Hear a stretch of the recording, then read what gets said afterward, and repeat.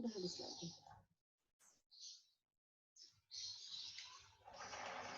Ya, ada pertanyaan lagi, Siva? Mau bertanya? Enggak, Bu. Paham ya? Jadi kenapa golongan buruh? Karena dialah golongan yang akhirnya tidak tidak punya kebebasan. IPA 5, mungkin kamu akan berpikir, mungkin kamu pernah dengarkan ya, ternyata golongan Marxis, golongan sosialis, golongan komunis, kadang-kadang Bu, saya dengar tidak bertuhan, ya enggak? Pernah dengar nggak? Ateis ya? Nah, dalam pikiran Marxis, orang-orang ini, si masyarakat ini, bebas berkembang tanpa intimidasi, tanpa aturan. Kalau mereka beragama, ada aturan nggak? Ada. Ada. Nah, makanya mereka menganjurkan jangan beragama supaya bebas. Jelas? Makanya Marxis, sosialis, komunis mengarahnya ke ateis. Karena mereka nggak mau ditekan oleh aturan. Mereka ingin bebas. Jelas ya? Marxis, sosialis, Marxis. Komunis, muncul Lenin. Lenin ingin membebaskan kaum buruh dan tani itu dengan cara apa? Sebebas-bebasnya, yaitu dengan cara berbagai macam cara. Menghalalkan segala cara. Dengan tindakan kub at-at-tat. Apa itu kub at-at-tat? Kudeta. Kub, cup, at-at-tat. Apa bacaannya? Kudeta, Bu. Kudeta. Nah, nanti kan selalu kudeta kan ya? PKI 65 juga melakukan kudeta kan? Oh, nah, O-nya panjang berarti kamu udah paham ya? Tadi kamu udah, berarti paham. Jadi nanti post test, kamu harus nilainya 95 saja, karena O-nya tadi udah panjang. Ya? Kita lagi? Ada pertanyaan lagi? Ayo, ada pertanyaan lagi nggak? Belum bergabung kemana? Yang lainnya belum bergabung lagi. Baru 15 orang nih. Jangan kabur, karena 2 sesi. Mana yang lain? Ini baru 16, 17. Tadi kita 2 sesi, karena kan kalau Zoom hanya 40 menit. Nanti Ibu korupsi waktu 20 menit, makanya Ibu tambahkan. Baru 21. Mana 15 lagi? Teruskan, Mbak. Ya, kita lanjutkan lagi ya. Yang lain bergabung baru 21. Jangan langsung makan.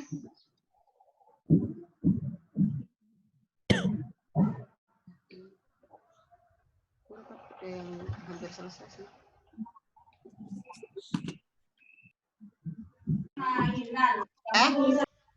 Nah, rencana itu diawali dengan penculikan dan pembunuhan tokoh-tokoh yang dianggap musuh di kota Surakarta, serta mengadu domba kesatuan-kesatuan TNI setempat, termasuk kesatuan Siliwangi.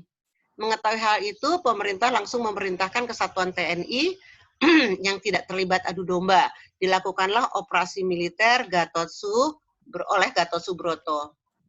Pemerintah Indonesia sejatinya sudah melakukan upaya diplomasi dengan musuh, bahkan sampai mengikut sertakan tokoh komunis lainnya, yaitu Tan Malaka, untuk meredam gerakan ofensif dari PKI musuh. Namun kondisi politik sudah amat panas sehingga pada pertengahan September pertempuran terjadi antar kekuatan bersenjata yang memihak PKI dengan TNI mulai meletus. PKI dan kelompok pendukungnya kemudian memusatkan diri di Madiun, makanya disebutlah PKI Madiun. Nengkang, pusatnya di Solo, tapi bergeraknya di Madiun. Jadi TNI sudah bersiap-siap untuk ke Solo, tapi mereka menipu ke Madiun. Jadi Solo hanya dijadikan daerah kacau saja, taktik saja. Musuh pun kemudian pada tanggal 18 September memproklamirkan Republik Soviet Indonesia. Hari berikutnya, PKI FDR menyatakan pembentukan pemerintahan baru. Selain di Madiun, juga di Pati, pemberontakan ini menewaskan Gubernur Jawa Timur RM Suryo, Dr. Muwardi, serta beberapa tokoh lainnya. Jadi orang-orang yang tidak berkepihakan terhadap mereka langsung dibunuh. Itulah kejamnya PKI.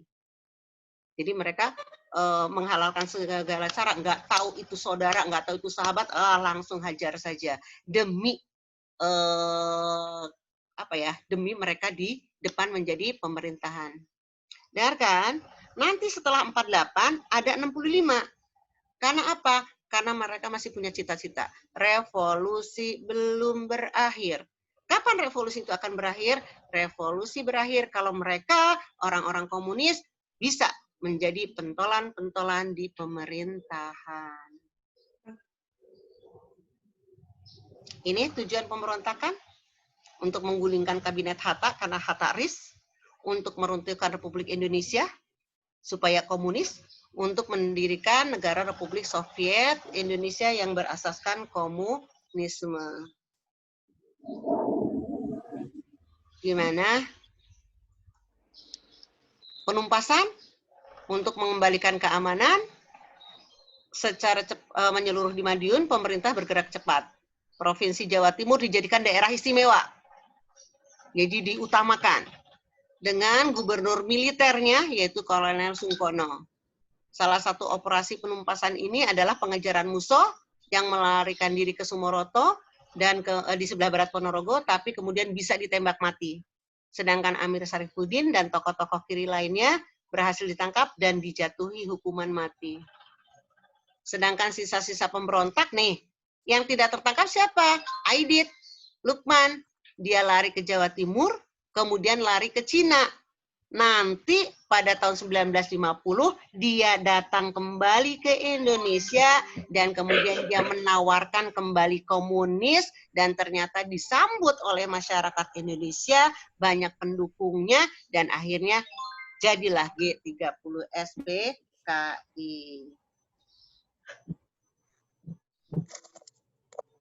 Gimana? Clear? Ayo tanya daripada kamu dikasih pertanyaan sama ibu, mending kamu yang tanya. Bu, Apa? kenapa musuh langsung ditembak mati? Kalau misalnya Amir ditangkap dulu baru dijatuhi hukuman mati. Oh ya, gini. Sebenarnya harusnya tidak ditembak mati. Hanya karena perlawanan yang membuat para TNI itu kewalahan, ya mau nggak mau didor. Nah, kalau Amir Syarifuddin memang tidak melakukan perlawanan. Akhirnya dia diadili gitu. Sama nanti dengan si Aidit. Aidit banyak rekannya. Nah, mendidor dulu daripada lebih mengacak-acak Indonesia. Ya. Yang lain yang tanya, jangan Dewinda melulu ah. Kamu kan mau jadi politikus, nggak fisikawan aja. Ayo bertanya. Kenapa disambut, Bu? Kenapa? Kenapa disambut itu Aidit dan Lukman? Oke. Ini tadi yang nanya Frederico ya? Yang nanya siapa? Farel, Bu. Farel. Sorry. Kok disambut gitu ya? Oke. Farel dan kawan-kawan disambutnya di sini tanda kutip ya. Jadi jangan, bangsa Indonesia sekarang udah komunis, dengarkan. Jadi Ibu langsung sedikit menuju ke PKI tahun 65 ya.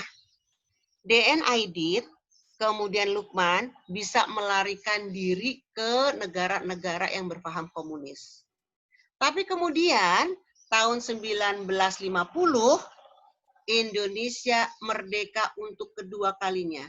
17 Agustus 1950. Setelah KMB, kemudian Soekarno mengatakan bahwa tidak laku lagi KMB, Soekarno mengatakan Indonesia dalam demokrasi liberal.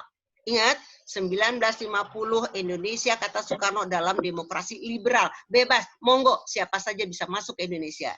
Nah, dengar kabar kan si Aidit? Indonesia dalam liberal kan ya? Jadi, maaf, tadi sambutannya dengan kata tanda kutip. Nah, akhirnya Aidit datanglah kembali ke Indonesia. menghadaplah ke Soekarno. Bung, saya PKI akan memperbaiki diri. Saya akan sama-sama membangun Indonesia. Soekarno berjiwa besar. Soekarno memaafkan. Karena ini katanya ingin memperbaiki diri. Ingin membangun sama-sama Indonesia. Walaupun apa? Walaupun masyarakat banyak yang nggak bisa begitu, Bung. Ini komunis tahun 48 bagaimana kejadiannya? Apa kata Soekarno? Jangan fobia dong terhadap komunis. Tuhan aja memaafkan, masa kita yang rakyat aja tidak memaafkan? Oke, akhirnya PKI lenggang kangkung. Aidit mulai gerak cepat. Propagandanya sangat manis. Disebutlah si golongan buruh dan tani. Nih, daerah bumi Indonesia adalah milik bersama. Nanti kalau saya yang menjadi pimpinan, tanah ini akan dibagi-bagikan gratis untuk dikerjakan oleh kamu. Kamu tidak menjadi orang-orang yang terbawah, yang terintimidasi. Didukunglah, itu maksudnya disebut. Propaganda kata-kata manis itu didukung. Merasuki orang golongan bawah. Yang memang pada waktu itu orang nggak punya. Makanya kemiskinan katanya bisa merujuk pada ke sana. Nah akhirnya maulah orang-orang masuk ke komunis, ke partai itu. Bukan masuk ke komunis, ke partai itu. Dan tahun 1955 diadakanlah pemilu. Rakyat milih. PKI menang keempat. PNI, Masyumi, NU, PKI. Kalau menang bagaimana? Bisa kan duduk di parlemen? Nah, maksudnya disambut itu karena propagandanya meyakinkan masyarakat Indonesia terbuai dan banyak yang mendukung PKI, akhirnya PKI menang. Jalan bagi Aidit menuju pengganti Soekarno. Dia akan menjadikan Indonesia ke komunis. Makanya terjadilah tahun 65. Jadi disambutnya itu bukan oleh masyarakat semuanya ya, tapi masyarakat yang terbuai dengan kata-katanya komunis, kata-katanya Aidit. Paham? Paham, Bu. Ya, bentar, gini. Mungkin nanti kamu akan bertanya lagi, kok enak aja sih bangsa Indonesia percaya-percaya aja gitu ya. Bahkan Soekarno dekat sekali dengan komunis. Karena kalau kamu lihat bahasanya sangat santun, sangat diplomasi, masuk akal, bisa difahami. Contoh ya, Ibu cerita lagi ya. Kamu bisa menilai, oh begitu ya salah satu bahasanya si komunis. 17 Agustus 60, kita sedang merayakan kemerdekaan untuk ke-15 tahunnya. Nah, Soekarno pidato. Didampingi oleh Aidit. Aidit selalu kemana-mana mendampingi Soekarno. Soekarno percaya juga kepada Aidit. Nah, ketika Soekarno habis cerita panjang lebar berpidato, banyak orang yang namanya Soekarno kalau berbicara itu semua orang pasti melihat. Nah, ini kebetulan bagi si Aidit. Masa sudah banyak. Ketika Soekarno duduk, dia membisiki ke Aidit. Bung, saya ingin bicara. Ditolak oleh Soekarno. Dalam protokoler nggak ada Anda berbicara. Sebentar, Bung, ini tentang Pancasila. Kalau udah bicara Pancasila, langsung dada Soekarno bergemuruh. Oh boleh kalau tentang Pancasila. Hanya sebentar kok Bung, silakan. Akhirnya Aidit bicara. Oke ya, Ibu Aidit, kamu masaknya ya. Aidit bercerita tentang Pancasila. Kemudian pokok kalimatnya begini. Pancasila adalah alat pemersatu. Betul tidak saudara-saudara? Kamu jawab. Betul. Kan kamu juga betul kan ya? Diulangi lagi ya. Kata Aidit, Pancasila adalah alat pemersatu. Betul nggak saudara-saudara? Betul. Semua bangga. Tepuk tangan ya. Nah, lemes banget betul. Nah, kemudian gitu atuh ketahuan kok udah ngantuk. Nah, kemudian apa? Ditanya lagi. Hari ini 17 Agustus 60 Indonesia sudah bersatu belum? Sudah, ya kan? Kita udah merayakan tahun 60 lagi senang-senangnya 15 tahun merdeka. Nah, sudah bersatu, sudah mereka bangga banyak ya golongan kaum pemuda. Nah, ini kamu dengarkan hati-hati omongan Aidit. Pancasila alat pemersatu. Indonesia sudah bersatu. Sekarang saya tanyakan. Seril, nggak tidur ya? Nah, kata si Aidit begini. Kalau kita sudah bersatu, perlu nggak alatnya? Perlu. Nah, kamu beriman, ngomongnya perlu. Tapi keinginan Aidit, udah, kalau sudah bersatu, ya udah alatnya mah udah ada. Menuju komunis saja. Gitu. Kamu untung ya, coba kamu mahasiswa pada waktu itu ya. Perlu. Ada yang ngomong, oh iya ya bener gak perlu. Toh sudah bersatu. Bahasanya mudah kan ya? Tapi buat orang keblinger. Nah itu makanya banyak orang yang terasuki kata-katanya si PKI, si komunis si Aidit. Ada lagi yang mau bertanya? Noval, salah satu cara Aidit dan kawan-kawannya yang komunis ini mengkomuniskan kamu itu mengajarkan kebendaan. Tuhan yang di awang-awang nggak usah nggak usah difikirkan. Caranya yaitu datanglah ke daerah-daerah miskin yang dia akan menuju bisa mengambil PKI, mengambil ajaran komunis. Dengarkan ya, diajarkanlah kebendaan, tidak diajarkan keesaan Tuhan. Dengarkan. Dia masuk ke sekolah-sekolah yang sangat kumuh, anak-anaknya di situ kadang makan, kadang enggak. Kalau toh makan katanya banyaknya nasi aking. Apa itu nasi aking? Nasi kamu, Frederico, yang sudah dibuang, kemudian dijemur, kemudian diolah lagi. Nggak bisa diterima oleh mulut kamu kan ya? Tapi masyarakat Indonesia pada waktu banyaknya makan itu. Nah, akhirnya teman-temannya Aidit mulai bergerak. Masuk ke satu kelas yang kebiasaan makannya itu. Ditanyalah, Dek, makannya apa? Oh, makan nasi ini. Mau roti enggak? Wow, yang namanya roti itu hal istimewa sekali kan? Mau. Nah, kalau mau, coba minta ke Tuhanmu. Punya Tuhan? Punya. Nah, sekarang ayo sama-sama tutup matanya, tutup mereka, anak-anak kecil umur 6 tahunan, masih polos. Ya. Mau roti? Mau. Coba minta ke Tuhanmu. Tutup matanya, tutup matanya. Buka lagi. Tuhan minta roti, buka lagi. Ada nggak rotinya? Nggak ada.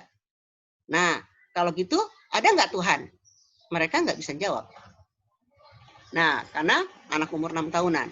Kemudian sekarang ke Om ya, minta roti ya. Tutup matanya lagi. Om minta roti. Nah, si om-om ini langsung masukin ke meja-mejanya. Buka mata. Ada nggak rotinya? Ada. Tanya lagi. Ada Tuhan, ada Om. Oh, mereka seneng kan? Langsung jawab. Ada Om. Sepele kan? Jadi menghilangkan keesaan Tuhan digantikan dengan kebendaan dengan caranya begitu. Untungnya banyak yang tidak kena, jadi hanya beberapa orang. Tapi caranya salah satunya adalah cara begitu. Hai, 1 menit lagi. Untuk 1 menit lagi dengarkan. Minggu depan, Ibu nggak adakan Zoom ya. Kadang anak itu teriak, kuota Bu, kuota Bu. Dah, jadi Ibu 2 minggu sekali saja. Ibu 2 minggu sekali saja. Sehari ini kamu nge-Zoom, nge-Google, itu terus-terusan ya. Jadi 2 minggu sekali saja. Minggu depan, Ibu akan adakan pelajaran di Google Class. Salah satunya TTS kemarin kan Google Class ya. Itu selesaikan. Dan minggu depan ada tugas berikutnya. Tunggu minggu depan saja. Ya, jadi nanti setelah kamu mengerjakan itu, Ibu akan minggu berikutnya Ibu akan nerangkan DITII, jadi kamu sudah paham. Siapa itu Kartosuwiryo, siapa itu Kahar Mujakar, siapa itu Amir Fattah, siapa itu Daud Bere, siapa itu Ibnu Hajar. Bisa diikutin? Ada yang ngomong, udahlah Bu, yang berlalu tinggallah berlalu. Oh, jangan. Kalau ada yang ngomong kayak gitu, nilainya langsung Ibu 6-in atau 5-in, walaupun nilai kamu gede. Karena sejarahmu itu dimulai dari masa lalu. Kamu ada itu karena ada masa lalu. Nah, udah jam 10. Kamu sudah pada itu absen? Udah, Bu. Kan di mana, Bu? Hah? Di Google Classroom. Ada Google Yang Form-nya di di Google situ. Form itu, Bu. Udah ya? Caranya gimana sih? Caranya gimana sih? Caranya gimana? Isi aja. Nah, tanya ke temanmu isi Siapa tuh? aja. Gimana, Dew? Ya, ntar. Oh, yaudah. Ya udah. Dah. Jadi karena waktu sudah selesai, kalau kamu umpamanya tidak perlu keluar, nggak usah keluar. Kalau toh keluar kamu harus 3M. Apa 3M? Apa tuh, Bu? Pakai Nggak tahu, Bu. masker, jaga jarak. Satu laginya cari ke Ahmad Rianto. Udah ya. Assalamualaikum warahmatullahi Iya, Bu. wabarakatuh. Kalian sehat semua ya. Sampai 2 minggu yang akan datang ya. Kita ketemu. Iya, Bu. Oke. Makasih, Bu. Yo. Makasih, Bu. Yo. Bu. Oke. Dew, gimana, Dew? Caranya, Dew? Nanti di WA. Oh, emang nggak bisa? Tadi pas gua ketinggalan, ngomongin apa? Asik. Boleh nanya nih. Tolong dong, tadi kan gua telat dikit tuh, tiduran. Tahu ada tiduran tuh. Bu, Melin tuh, Siapa Bu. yang tiduran tuh? Pukul, bagus Bu. Siapa ini, Pak?